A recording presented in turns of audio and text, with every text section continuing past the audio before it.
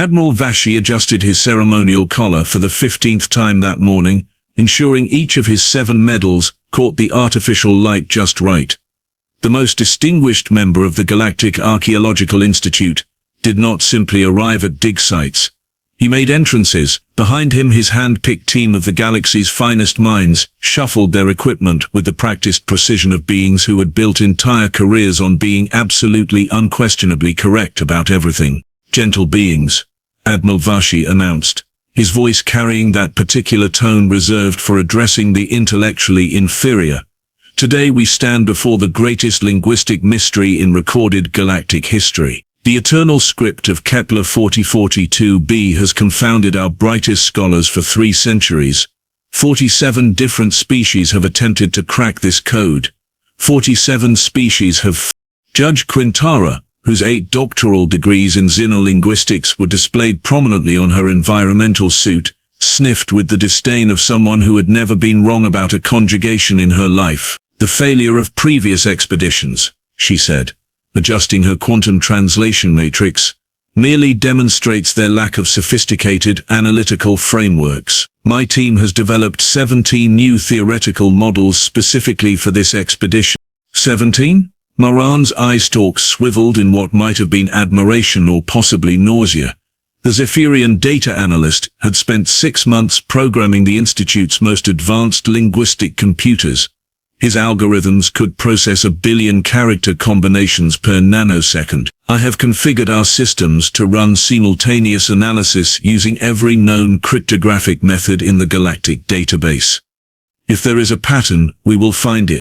General Krafnog, whose species communicated primarily through aggressive posturing, struck what he considered an intellectual pose. As security chief, his job was theoretically to protect the team from hostile wildlife. In practice, he spent most expeditions protecting his ego from the suggestion that maybe, just maybe, he was not as brilliant as his 3 military academy degrees suggested. "The perimeter is secure," he announced. "No unauthorized personnel will interfere with our groundbreaking work." Quartermaster A, whose name was actually Quartermaster Ethelaxisthanovel, but who had grown tired of correcting people's pronunciation, busied himself with inventory.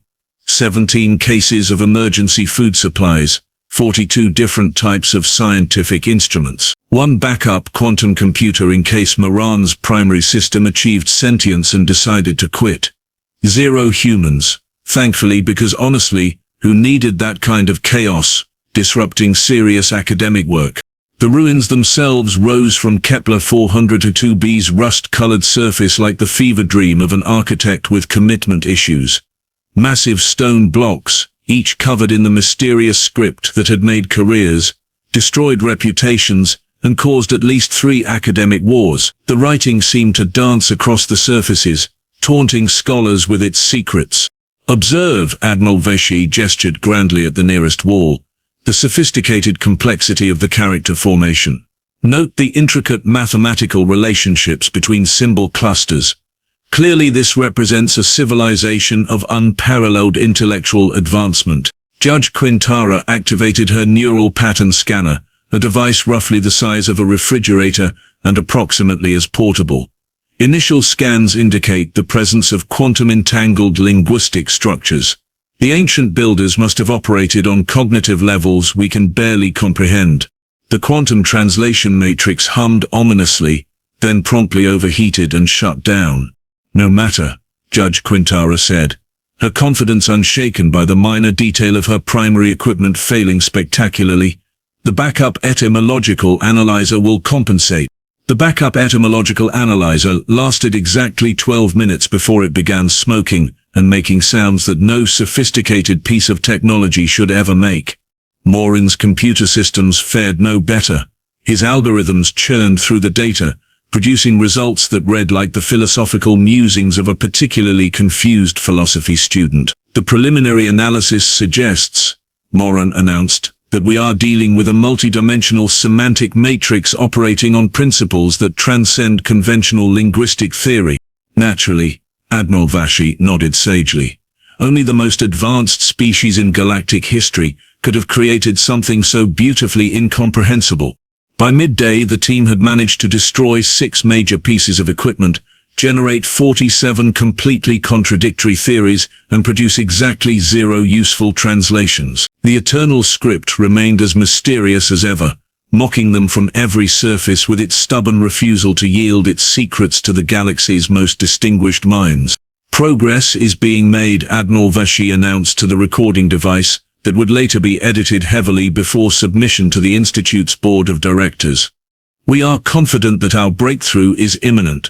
In the distance, a supply shuttle approached the landing zone, carrying what the manifest listed as additional research personnel and cultural diversity compliance requirements.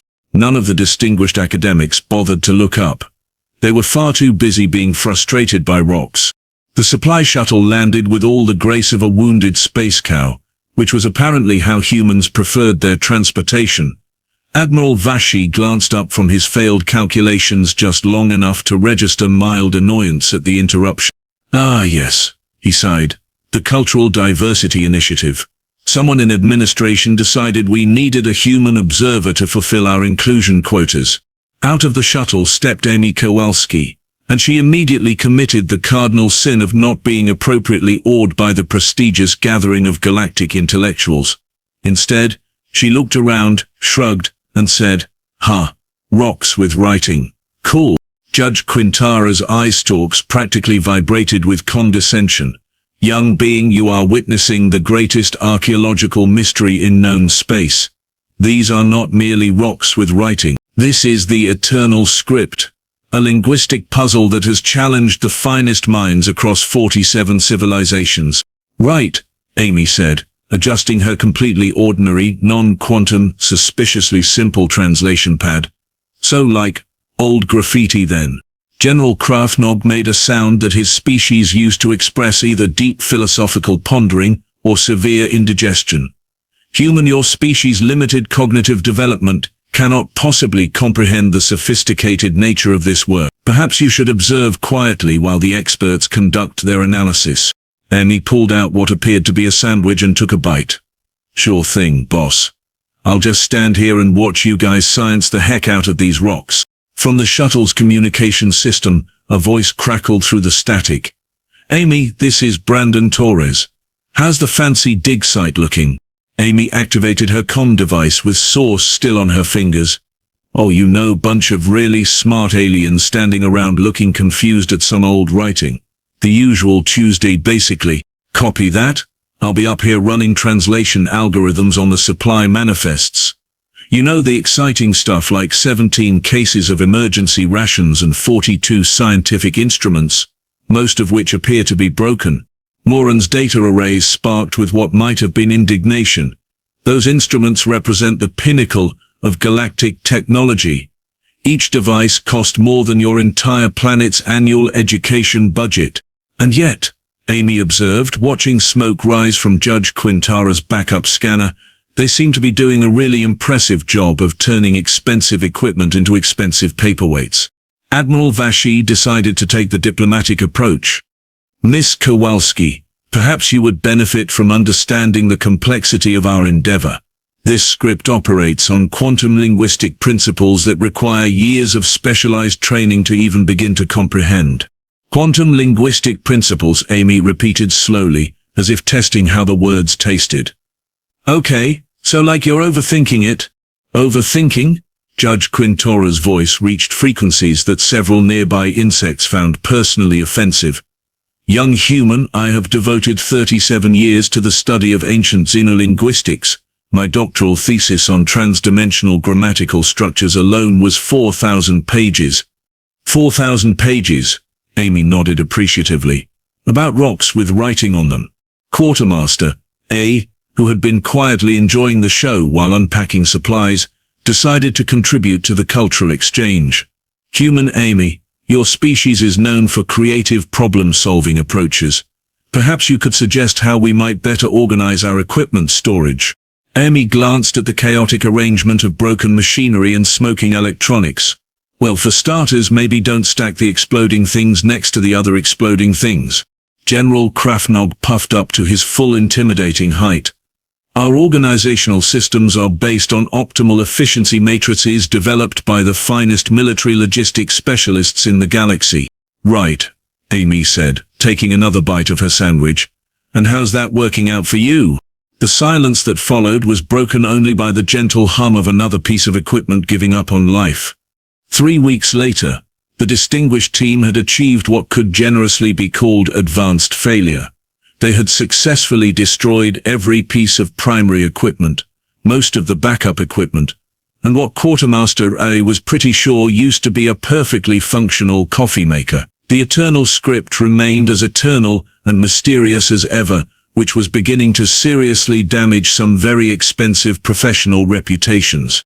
Admiral Vashi's daily reports to the Galactic Archaeological Institute had evolved from confident progress expected to minor technical difficulties, to requesting additional funding for equipment replacement, to his current masterpiece of bureaucratic doublespeak, encountering unprecedented challenges that demonstrate the truly advanced nature of the civilization under study. Judge Quintara had developed a nervous tic that caused her eye stalks to twitch whenever anyone mentioned the word translation. Her 47 theoretical models had produced results ranging from possibly a recipe for quantum soup, to definitely instructions for building a time machine, to probably the diary of a depressed mathematician. None of them made any actual sense. Morin's computers had begun displaying error messages in languages that did not technically exist. His latest algorithm had achieved sentience just long enough to submit its resignation letter and request political asylum on a planet with better working conditions. General Krafnog maintained that the site was completely secure from outside interference, which was true in the sense that no rational being would want to interfere with such a spectacular display of academic failure. Meanwhile, Amy Kowalski continued to show up every day, eat her sandwiches, make unhelpful observations about their methodology, and generally exist in a way that somehow made everyone else feel slightly stupid. She had taken to bringing increasingly elaborate lunches, as if the entertainment value of watching Galactic-class intellectuals bang their heads against ancient rocks was worth the price of admission. On Tuesday of the 4th week, Amy was enjoying what appeared to be a particularly impressive sandwich while sitting directly in front of the main inscription wall. The aliens had given up trying to explain why she should not eat near priceless archaeological artifacts, mostly because their explanations kept resulting in more broken equipment. Brandon, Amy called into her comm device, you should see these guys today. I think Judge Quintara's translator literally caught fire this morning. Again? Brandon's voice crackled back from the ship. That's the 3rd one this week. At this rate they're going to run out of things to set on fire. Amy took a bite of her sandwich and glanced casually at the wall behind her. The ancient script stared back, as mysterious and profound as it had been for 3 centuries of scholarly frustration. And then Amy Kowalski did something that would be remembered in galactic academic circles for generations to come. She started laughing. Not a polite chuckle or an amused snort, but full-blown, uncontrollable, tears streaming down her face laughter that echoed off the ancient stones and probably woke up several small animals in the next valley. Admiral Vashi dropped his ceremonial datapad. Judge Quintara's eye stalks went rigid with shock. Moran's backup computer made a sound like a dying whale. General Krafnog assumed a defensive posture, though he was not entirely sure what he was defending against. How dare you? Judge Quintara's voice reached frequencies that could probably be used to communicate with deep space navigation beacons. This is a sacred archaeological site. You are mocking 3 centuries of scholarly dedication. Amy wiped tears from her eyes, still giggling. Oh wow. Guys, this is really embarrassing. Embarrassing? Admiral Vashi's medals clinked together as his entire body vibrated with indignation. Young human, your behavior is utterly inappropriate for a site of such profound historical significance. No, you don't understand, Amy gasped, trying to catch her breath between giggles. This isn't some mystical ancient language from a super advanced civilization. This is just really, really bad Latin. The silence that followed was so complete that it seemed to have its own gravitational field. Bad Latin? Judge Quintara repeated the words as if they were personally offensive to her entire species. Yeah, Amy said, wiping her eyes and pointing at the inscription. Look, right here, Pic Marcus Isci Semper, a complainatus about tributum annoyingus. It's like someone learned Latin from a drunk teacher and then tried to write official documents while having a stroke. General Krafnog made a sound that his species used to express either deep philosophical revelation or the onset of a major cardiac event. That cannot possibly be correct. Amy stood up, brushing sandwich crumbs off her hands, and began reading directly from the wall. Let's see, Marcus Flavius writes this complaint about the weather being terrible, as in the taxes being too much, as in why does the governor keep sending letters in proper Latin when nobody here knows proper Latin anyway. She moved to another section. Oh, and here's a good one. Note to self, remember to tell Marcus that abbreviating everything doesn't make it look more official, it just makes it look like we're all idiots. The distinguished academic stared at the human in horror as she continued translating their 3-century mystery into what appeared to be the complaints of bureaucrats with a very tenuous grasp of basic grammar. This is impossible, Moran whispered, his computers finally finding something they could successfully process, the complete destruction of everything he thought he knew about xenolinguistics. The sound of another shuttle landing went completely unnoticed by the team of academics who were currently experiencing what could only be described as collective intellectual vertigo. Commander Tom Marley emerged from the craft, took one look at the scene before him, and immediately activated his recording device. As the Institute's chief documentation officer, he had developed an excellent sense for when something historically significant was about to happen, and the sight of Judge Quintara making sounds like a deflating balloon suggested this was definitely one of those moments. Status report, Commander Marley announced, though his tone suggested he was already regretting asking. The human, Admiral Vesey said, weakly, pointing at Amy as if she was some sort of dangerous archaeological phenomenon, claims that the eternal script is bad Latin, Amy supplied helpfully, taking another bite of her sandwich. Really spectacularly bad Latin. Like whoever wrote this stuff probably got kicked out of Latin school for crimes against grammar. Commander Marley's recorder automatically adjusted its audio levels to capture what he was pretty sure would become the most replayed academic disaster in galactic history. Could you elaborate on this assessment? Amy gestured casually at the nearest wall inscription. Sure thing. See, what happened here is pretty straightforward. Some human colony ship crashed on this planet way back when, probably during the early expansion period when people were still trying to sound official by using Latin for everything. Problem is, most of the colonists didn't actually know Latin very well. She pointed to a particularly elaborate section of script that Judge Quintara had spent 6 months analyzing. Like this bit here. Your people probably translated it as something like ancient wisdom flows through the quantum streams of eternal knowledge. Right? Judge Quintara nodded miserably. Yeah, it actually says, note to whoever reads this, the water pump is broken again and Marcus is being a pain about fixing it. Also, we're out of coffee, send help.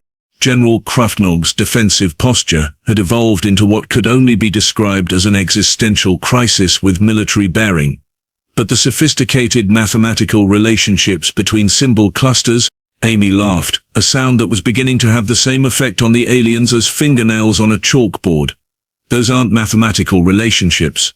Those are just really creative abbreviations because the scribes were lazy. Look, here's SPQR, which stands for Senatus Populus Ituromanus. But these guys used it to mean still pretty quiet round here. And this symbol that looks like advanced geometric notation. That's just someone's doodle of a cat. Commander Marley's recording device was getting quite the workout. And you're certain about these translations? Well, absolutely. Brandon, you getting this? Amy called to her comm device. Brandon's voice crackled through with barely contained amusement. Every word. I've been running standard translation protocols on the photos you sent up. It's definitely Latin, just aggressively butchered Latin. Like someone learned it from a children's book, and then tried to write legal documents. Judge Quintara's 47 theoretical models chose that moment to achieve collective consciousness, just long enough to submit a class action lawsuit against their creator for intellectual abuse. Amy continued her devastating analysis, moving from inscription to inscription with the casual efficiency of someone reading grocery lists. Here's a good one. Your teams probably interpreted this as sacred ritual instructions for communicating with the eternal spirits. It's actually a complaint form about the cafeteria food. Apparently Marcus again. He kept trying to make soup out of the local wildlife and it was not going well. Admiral Vashi's medals had lost their shine, probably due to the cold sweat that was now covering most of his ceremonial uniform. But 3 centuries of analysis, 47 different species, quantum linguistic matrices. Yeah, about that, Amy said, her tone taking on the gentle patience usually reserved for explaining simple concepts to small children. Sometimes the simplest explanation is the right one. This isn't some lost super civilization, it's just humans being humans, which means doing everything the hard way and complaining about it afterwards.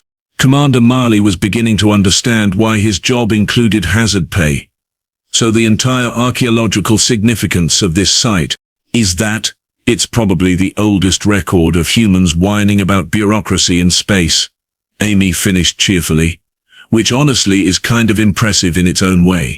Moran's final functional computer chose that moment to achieve enlightenment and immediately began displaying what appeared to be a meditation on the futility of existence, written in 17 different programming languages simultaneously. The news networks, Admiral Vashi whispered, the full horror of his situation finally dawning on him. The Galactic Archaeological Institute's most prestigious expedition, led by their most decorated admiral, defeated a sandwich-eating human with a basic education. Amy nodded sympathetically. Yeah, that's going to be a tough one to explain at the faculty meetings. Judge Quintara was now making sounds that her species typically reserved for mourning the dead or expressing extreme philosophical anguish. My reputation, my 17 theoretical models, my 47 years of specialized study. Hey, look on the bright side, Amy said, trying to be encouraging. Now you know that all those other unsolved ancient scripts are probably just humans with bad handwriting and questionable language skills. That should make your job way easier going forward. General Krefnog struck a pose that combined military bearing with the desperate dignity of someone whose entire worldview had just been destroyed by a college student. This information must be contained. The implications for galactic academic standing. Bit late for that, Brandon's voice chimed in from the comm device. The Institute's emergency broadcast system automatically transmitted Commander Marley's recordings about 20 minutes ago. It's already trending on the galactic academic networks under the hashtag LatinGate. Amy pulled up her personal communication device and scrolled through what appeared to be an impressive collection of message notifications. Wow, looks like every archaeological department in the galaxy wants to send me their unsolved inscription. Oh, and apparently I've been offered honorary doctorates from 12 different universities. That's nice. Commander Marley stopped his recording, though he suspected the damage to his colleagues' reputations was already irreversible. For the official record, how many other human colony sites do you estimate might be currently classified as mysteries of ancient supercivilizations? Amy shrugged, finishing the last bite of her sandwich. Oh, probably most of them. Humans were really bad at keeping proper records, but we were excellent at leaving complaints carved in stone. You guys have been probably overthinking every grocery list and tax document left behind by space colonists for centuries. The distinguished academic stood in stunned silence, contemplating the complete destruction of their professional lives by the simple application of common sense and basic human literacy. The Galactic Academic Council's emergency session convened exactly 47 minutes after the first news reports hit the networks, which was probably a record for bureaucratic panic response. Council Chairman Zorthek called the meeting to order with all the dignity of someone whose entire institution had just been publicly humiliated by a species that still used fossil fuels for entertainment. Colleagues, Chairman Zorthek began, his voice carrying the weight of impending professional doom. We are facing what our crisis management team has classified as a Category 5 academic disaster, with potential for widespread reputation contamination. The emergency holographic displays showed a devastating cascade of revelations streaming in from across the galaxy. The mystic scrolls of Andromeda 7, humans complaining about space taxes, the sacred geometric patterns of Vega Prime, a badly drawn map to the nearest bathroom facilities, the quantum poetry of the eternal wanderers, someone's grocery list with really terrible spelling, Judge Quintara, attending via emergency hologram because she was reportedly too mortified to leave her quarters, had developed a nervous condition that caused her eye stalks to droop in shame whenever anyone mentioned her name. 43 years, she mumbled into her ceremonial robes. 43 years I spent writing academic papers about the transcendent grammatical structures of post-temporal consciousness, and it was all just humans who couldn't spell properly. Her magnum opus, Advanced Theories of Multidimensional Linguistic Evolution, had been retitled by the Galactic Academic Press as How Not to Read Basic Latin, a comprehensive guide to professional embarrassment. The book was now outselling romantic fiction in 17-star systems, though probably not for the reasons she had originally intended. Meanwhile, Moran's reputation as the galaxy's leading computational linguist had been thoroughly destroyed by the revelation that his billion-credit quantum analysis systems had been defeated by what humans called Google Translate, a primitive algorithm that apparently came free with their basic computer systems. His resignation letter, submitted in 14 languages simultaneously, had achieved a level of eloquent despair that was being studied by poets across the galaxy. The most devastating aspect, Moran explained to the council via shaky holographic transmission, is that my algorithms were actually working perfectly. They correctly identified the scripts as unrecognizable gibberish. I overrode their conclusions because I assumed the data must be too sophisticated for simple analysis. General Krofnog's reassignment to Perimeter Security Specialist for low-priority archaeological sites was announced with all the fanfare typically reserved for demotions due to catastrophic professional failure. His new assignment involved guarding a dig site where the most dangerous threat was apparently a species of mildly irritated space squirrels. The official report noted that this transfer was necessary following a significant security breach involving unauthorized application of human common sense to classified research materials. The ripple effects across the galactic archaeological community resembled nothing so much as an academic avalanche.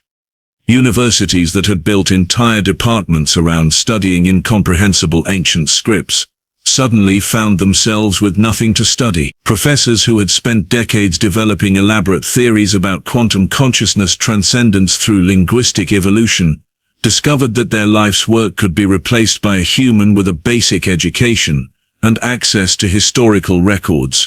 Dr. Vexthenor of the Rigel Institute, who had written 17 books about the impossible grammar structures of vanished super-civilizations, was reportedly found in his office, repeatedly banging his head against his desk, while muttering, "It was just bad Latin. It was all just bad Latin." Amy Kowalski, meanwhile, had become the most reluctant celebrity in galactic academic history. Her personal communication device had crashed 3 times from the volume of interview requests, honorary degree offers, and marriage proposals from beings who apparently found intellectual humility extremely attractive. The University of Centauri offered her a full professorship based entirely on her ability to read inscriptions that had stumped their entire faculty for decades. "I just want to finish my undergraduate degree," Amy complained to Brandon during one of their daily check-ins. "I have a paper due next week on basic principles of xenoarchaeology, and apparently I accidentally became the leading expert in the field by eating a sandwich near some rocks." Brandon's new position as head of the Institute's hastily created Department of Simple Solutions and Common Sense Applications came with a corner office, a staff of 12 reformed overthinkers, and a budget specifically designated for preventing future episodes of catastrophic academic overcomplication. The department's first official memo read simply, "When examining unknown inscriptions, try reading them in human languages first, check twice, theorize once. Remember, sometimes a grocery list is just a grocery list." 6 months later, the galaxy had adapted to its new reality with the resigned dignity of a species that had collectively realized it had been overthinking everything for centuries. The Galactic Archaeological Institute's new standard operating procedure required mandatory human consultation for all mysterious ancient scripts before any theoretical analysis could begin. The results were both predictable and devastating to academic pride.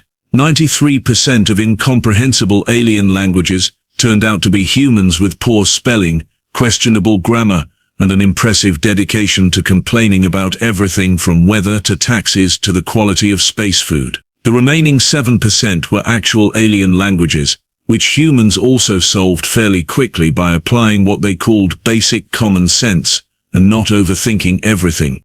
Amy Kowalski, now the reluctant director of practical archaeological solutions, had developed a standard lecture for visiting academic delegations. The problem, she would explain while eating her traditional analysis sandwich, is that you guys assume intelligence equals complexity. Sometimes smart people write simple things, sometimes they write dumb things, and sometimes they just write down that they're out of milk and need someone to fix the air conditioning. Brandon Torres's Department of Simple Solutions had expanded to include specialists in obvious pattern recognition, basic logic application, and not making everything more complicated than it needs to be. Their success rate remained embarrassingly high, which was embarrassing specifically for everyone who was not human. The final blow to galactic academic pride came when Dr. Sarah Chen, a human undergraduate intern, solved the millennium puzzle of the cosmic stones during her lunch break by recognizing it as a shopping list that included bread, milk, space cheese, and remember to tell Marcus that his Latin is still terrible.